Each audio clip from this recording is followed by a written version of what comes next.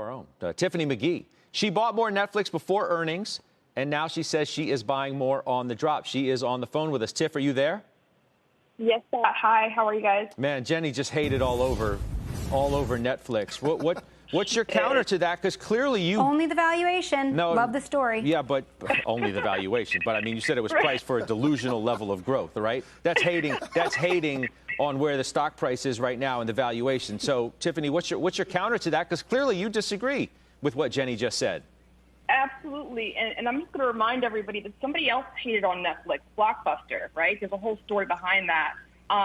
First, I think that we really need to remember, this is a company that started in 1997, and when they started, really thinking about their evolution from DVD by mail to streaming, right? And they've really powered through with this evolution from U.S. only to global, from licensed to original content.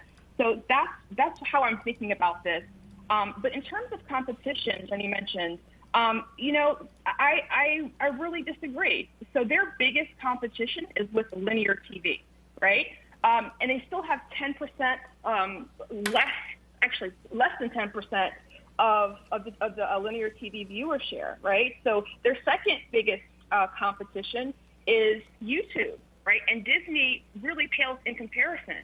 So I'm looking at the whole story, right? So they've been expanding in their international markets, really focusing on producing that original content in those markets, not sitting in the U.S. and producing what we think are good for those markets.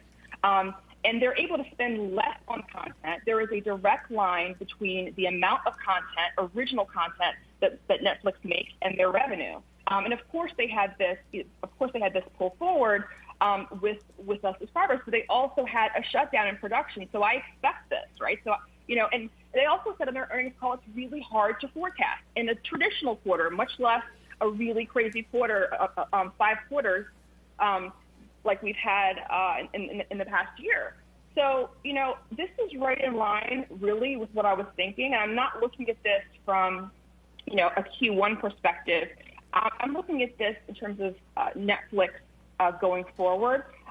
There is really, in my mind, we sit and talk about Disney Plus being competition. I really don't see that as competition, right? This is Netflix's sole business. They just did this deal with Sony that gives them access to all this,